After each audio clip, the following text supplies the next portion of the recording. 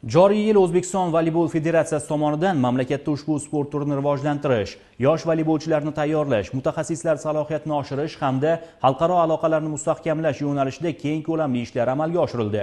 Buning natijasida ulkan yutuqlar qo'lga kiritildi.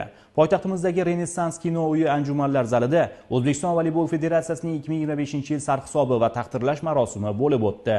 2025-yil voleybolchilar hayotida ko'plab yorqin va muhim voqealar bilan yodda qolmoqda.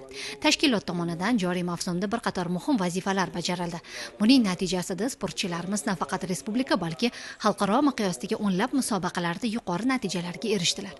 O'zbekiston voleybol federatsiyasining 2025-yil yakunlari bo'yicha o'tkazilgan tantanali marosimda mazkur sport turi rivojiga ulkan hissa qo'shgan soha fidoyilari, O'zbekiston sport vazirligi, Milliy olimpiya qo'mitasi hamda ommaviy axborot vositalari xodimlari jam bo'ldilar.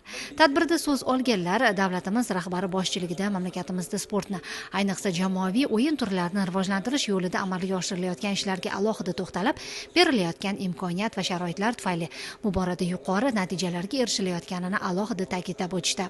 Bu natijalarga erishaman deb kutmagandim. Kutilmaganda bo'lib ketdi. Jamoaviy sport o'zi oson emas. Hamma bir bo'lib harakat qilish kerak bu jamoaviy o'yinda. Biz jamoamiz bilan juda ham yaxshi chiqishdik. Yaxshi trenerlar ham yaxshi o'rgatishdi. Mashg'ulot jarayonlarida ham yaxshi qatnashdik, yaxshi mehnat qildik va erishdik.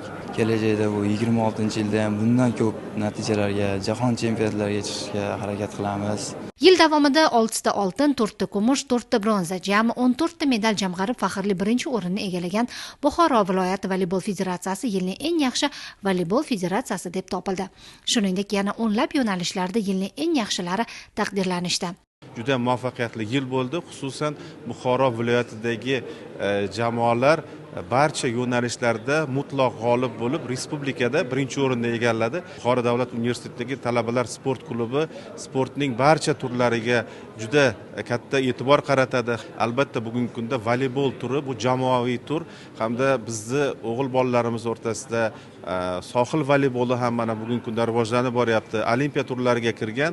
O'ylaymanki, mana shu oldimizda turgan olimpiadada O'zbekiston jamoasi juda katta yutuqlarga erishadi. Xususan mana shu oliy ta'lim muassasalari o'rtasidagi Markaziy Osiyodagi Kava turniri Buxoro shahrida, Buxoro davlat universitetiga biriktirib berilgan universal sport majmuasida bo'lib o'tdi.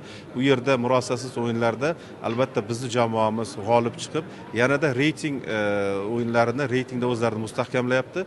Men barcha mana shu voleybol ishqibonlarini mana shunday tadbir bilan yana bir bor tabriklayman. 2025-yil bizning jamoalarimiz uchun, xususan viloyatimiz uchun muvaffaqiyatli keldi. Xudo xolasa 2026-yilda ham bu natijalarni xalqaro darajalarda ko'rsatib, yuqori o'rinlarni egallaymiz degan umiddaman. 2026-yil voleybolchilar uchun yanada muhim va mas'uliyatli musobaqalarga boy.